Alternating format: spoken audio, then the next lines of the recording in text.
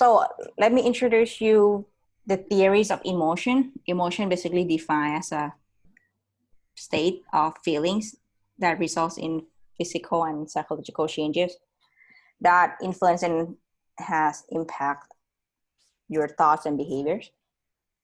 There are three categories. One is physiological theories, which propose that responses within the body are responsible for emotions.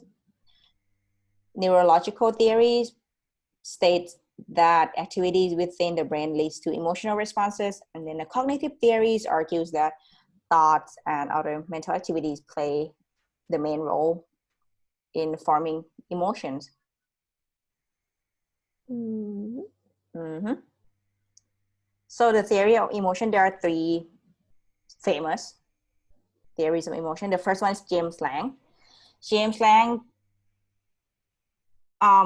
we also call this physiological theory of emotions because it suggests that when we see an external stimulus that leads to a physiological reaction, the emotional reaction is dependent upon how we interpret those physical reaction.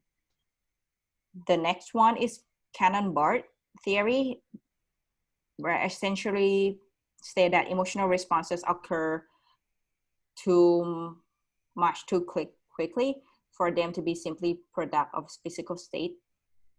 So this theory basically suggests that the physical and psychological experience of emotion happen at the same time, and one does not cause the other.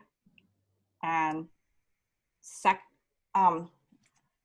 Schachter and Singer theory of emotion, this is the one that we're going to talk about this in this course study. We call this two-factor theory of emotion. It's basically the physiological arousal occur first, that's what they claim. Then the individual must identify the reason for this to experience and label it as emotion. A stimulus leads to a physiological response that is then cognitively interpreted and labeled what result in an emotion.